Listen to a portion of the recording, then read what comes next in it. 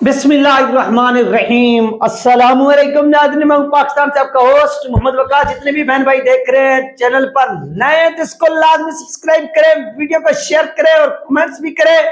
यह आपसे छोटी सी रिक्वेस्ट होती है और आप क्या करते हैं, लाइक भी करते हैं, कमेंट्स भी करते हैं, शेयर भी करते हैं, आप सब कुछ करते हैं। तो इसके लिए आप सब भाइयों का शुक्रिया। बिलखुसूस जो फॉरेन कंट्री से, कतर से भाई हैं, वो कमेंट्स करते हैं, वो परदेश में रहते हैं। अल्लाह पाक आपकी हिफाजत में रखे। आपके लिए यार मैं काफी जो है ना वो दुआएं करता हूँ और बड़ी खुशी होती है आपका कमेंट्स पढ़कर। और दूसरा शायद भाई हैं, जितने भी बहन भाई हैं, जो भी कमेंट्स करता है सबका वेलकम हो गया। तो नाज़रीन, आज की वीडियो में बात होगी बगावत के मुकदमे की, कि जिसके लिए खड्डा हमेशा खोदा जाता है ना, उसको तो अल्लाह पाक बचा लेता है, लेकिन जो खड्डा खोदता है वो खुद उसमें जाकर धड़म हो जाता है, गिर जाता है। यही बगावत के मुकदमे, सबसे पहले ये जो बगावत का मुकदमा बनाया गया 2018 के अंदर अलामा खादिम हुसैन रिजवी रहमतुल्लाह अलैह के ऊपर। और किसने बनाया? तहरीक इंसाफ ने बनाया, पीटीआई ने बनाया, इनकी गवर्नमेंट ने बनाया। और उस माजूर शख्स को इन लोगों ने क्या किया, बगावत के मुकदमे में और दहशतगर्दी के मुकदमे में आपको मालूम है कि अरेस्ट कर दिया और उनको जेल के अंदर रखा। उसके बाद क्या होता है, उसके बाद वो बाइज्जत तरीके से बरी होकर वापस आ जाते हैं और उनके ऊपर बगावत, क्योंकि वो तो बगावत तो वो होती है ना, जब अब आपने देखी भी थी कि बगावत क्या होती है। यार बगावत तो वो चीज होती है कि जब आप इस निजाम के खिलाफ बगावत करें, हुकूमत के खिलाफ बगावत करें और सब कुछ उलट पुलट कर रख दे। अब जिन लोगों ने बगावत की है ना, और बगावत नाकाम होने की जो सजा उनको मिलने जा रही है, वो यही है कि आप लोग देख सकते हैं कि अब इन सिविलियंस के जो केसेस हैं वो अब चलेंगे फौजी अदालतों के अंदर। तो इसके लिए आप ये भी अपने जहन में बिठा लीजिए कि जो फैजाबाद का डिसीजन आएगा, जो आज supreme court of Pakistan decision दे रहे ये बगावत वगैरह का, क्योंकि बगावत नाकाम हुई है, अब इनको सजाएं भी जो फौजी कोर्ट ने देनी है वो भी आप लोग सुनेंगे, आप हैरान रह जाएंगे कि क्या होगी। क्योंकि बगावत की जो सजा होती है वो हमेशा मौत होती है। अल्लाह पाक बचाए यार। इसके लिए हम दुआएं कर सकते हैं उन लोगों के लिए, मासूम लोगों के लिए जो 9 मई के केसेस में पकड़े गए हैं, बहकावे में आ गए, जो कुछ भी उनके साथ हुआ। लेकिन जिस तरह से अब उनके खिलाफ शिकंजा सख्त हो चुका है, शिकंजा तैयार हो चुका है और वो शिकंजे के अंदर फंस चुके हैं, उनके लिए सिर्फ मैं दुआ ही कर सकता हूँ। और दुआ के अलावा मेरे पास कोई अल्फाज नहीं है उन लोगों के लिए। और यही दुआ है कि अल्लाह पाक उनको सलामत रखे। दूसरा कि फैजाबाद का जो केस है, अब इस चीज को आप अपने जहन में बिठा लीजिए कि इनका तो आज फैसला हो गया, क्योंकि ये पहले सुप्रीम कोर्ट ऑफ पाकिस्तान ने इसी केस को सुना और इसी केस को सुनते हुए अपना ये डिसीजन सुनाया। उस वक्त बेंच का हिस्सा थे जस्टिस काजी फैज साहब। उन्होंने कहा कि जो सिविलियंस के केसेस हैं वो फौजी कोर्ट्स में नहीं चल सकते। उन्होंने अपना ये डिसीजन दिया और डिसीजन सुनाकर वो साइड पर हो गए। दोबारा हुकूमत पाकिस्तान क्या करती है कि एप्लीकेशन दायर करती है, यानी नजर सानी की अपील दायर करती है, और उस अपील के नतीजे में आज वही बेंच क्या करता है कि वो जस्टिस काजी फैज साहब साइड पर हो गए और उस बेंच ने कहा कि आप जो है सिविलियन का आप मुकदमा चला सकते हैं फौजी कोर्ट्स में। दूसरी तरफ से फैजाबाद का भी केस जो है ना वो ओपन हो चुका है, और वो JIT जो बनी थी, ज्वाइंट इन्वेस्टिगेशन जो भी उसको नाम दे, जो कमीशन बनाया गया था, वो कमीशन भी तहकीक कर रहा है। और आप ये अपने जहन में बिठा लीजिए कि वो भी जो डिसीजन आएगा सुप्रीम कोर्ट ऑफ पाकिस्तान की जानिब से, वो भी एक खतरनाक डिसीजन आएगा, वो भी एक खतरनाक डिसीजन होगा।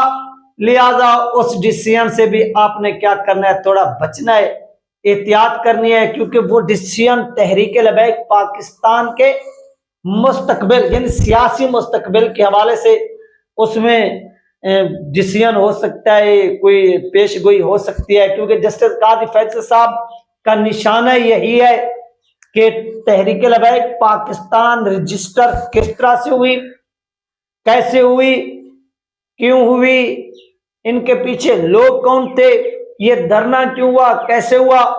क्योंकि जो अब ये सख्त से सख्त फैसले आते जा रहे हैं, ये कौम को बताया जा रहा है कि किसी को रियायत नहीं है। यानी जो भी बंदा, अगर आप देखें कि जो खत्म नबूवत के ऊपर धरना हुआ है, इस धरने के हवाले से आपने देखा कि हाल ही में तैयब अशरफी साहब जो थे, उन्होंने भी बयान दिया कि एक व्हील, यानी जब खत्म नबूवत पर डाका डाला गया, यही तैयब अशरफी जो शहबाज शरीफ का मुशीरा, मुआविन खुसूसी रहा, यानी मुआविन खुसूसी बराए अरबिक ममालिक, और ये अरबिक ममालिक में जब शहबाज शरीफ का विजिट होता था या आर्मी चीफ साहब का या और उनका, ये सबसे पहले वहां पर जाता था और वहां पर जाकर क्या करता था, सेटिंग वगैरह, मामलात वगैरह तय कराता था। वही शख्स भरी महफिल में इस चीज का एतराफ कर रहा है, इस चीज को वो मान रहा है, एक्सेप्ट कर रहा है कि यार जब खत्म नबूवत का मामला पाकिस्तान में उठा तो हम सब लोग मसाले का शिकार हो गए, यानी ये तो हुकूमत का हिस्सा थे। तो ये वो खुद कह रहे हैं कि हम लोग बैठ गए, छुप गए, लेकिन एक व्हील चेयर पर आता हुआ शख्स वो सब कुछ उलट पुलट के रख देते हैं और ये चीज ठीक करवा के जाता है। वो तैयब अशरफी जो यार मसला के देवबंद से ताल्लुक रखते, वो इस चीज का एतराफ कर रहा है। क्यों? क्योंकि वो धरना फैजाबाद हुआ था, उस फैजाबाद के धरने के जो दार थे वो तो खड़ा है, यानी मुखालफिन भी इस चीज को तस्लीम कर रहे हैं, लेकिन इसके बावजूद भी इसके ऊपर किसी किस्म की जो है ना कोई रियायत जो है ना वो ये लोग देने के लिए तैयार नहीं है।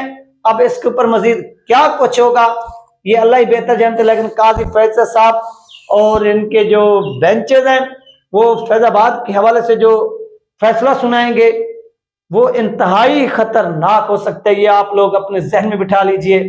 क्यों?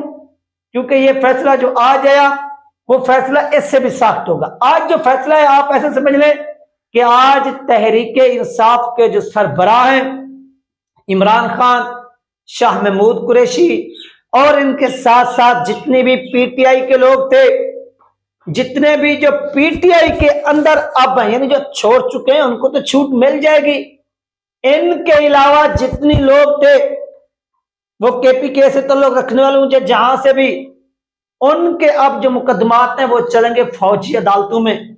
और फौजी अदालतें जो डिसीजन देती हैं वो कोई स्लो डिसीजन नहीं देती कि आपके कोर्ट की तरह कि आज मुकदमा दर्ज हुआ है और मेरी जब नस्ल होगी उसकी नस्ल होगी तो फिर जो है ना उसकी नस्ल को जो है ना इसका फैसला सुनाया। नहीं नहीं नहीं, ये 3 से 4 मंथ के अंदर अंदर इमरान खान और इनके साथियों को इबरत का निशान बना देंगी ये कोर्ट्स और ये अदालतें, ऐसा डिसीजन देगी और इनका हमेशा हमेशा के लिए सियासी मुस्तकबिल भी खत्म और ये समाजी मुस्तकबिल भी खत्म, ये सब कुछ हो जाएगा। इन लोगों ने जल्दी जल्दी अब बाहर नहीं आना। और इसी तरह ये केस हुआ है दूसरा क्योंकि इस केस से क्या होगा कि पीटीआई तो सेव रह जाएगी ना, उन लोगों की पनिशमेंट होगी, सजाएं होंगी जो लोग बगावत में शामिल थे।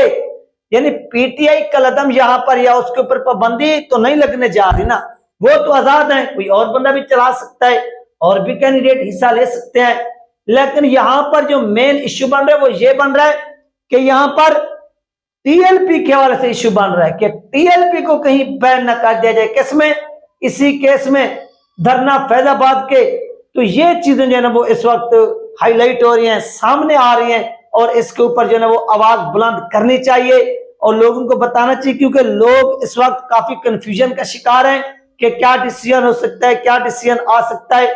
तो साफ बात है कि डिसीजन यही आएगा कि जस्टिस काजी फैसल साहब जो एक नजरिया रखते हैं और वो इस नजरिए के ऊपर काम भी काफी कर चुके हैं और कर भी रहे हैं और ये पूरी दुनिया देख रही है। और इसके ऊपर आप आज देख लीजिए कि जो आज सख्त डिसीजन है, आज पीटीआई के लोगों की बूथी सूखी हुई है, उनकी लब जो है ना वो खुश्क हो चुकी है। जिस तरह से रोजा रखा हुआ होता है इस तरह से इन लोगों की सूरत हाल है, ये इतनी परेशान है। बाकी नेक्स्ट क्या होगा चंद आने वाले दिनों में वो अल्लाह ही बेहतर जानता है, लेकिन फैजाबाद का जो डिसीजन है वो बहुत ही करीब आता जा रहा है और उससे पहले ही इस डिसीजन ने बता दिया कि क्या डिसीजन आ सकता है, ये इशारा था। ये अपडेट जो आप लोगों के साथ शेयर की। मिलते हैं नेक्स्ट वीडियो में। अल्लाह हाफिज़।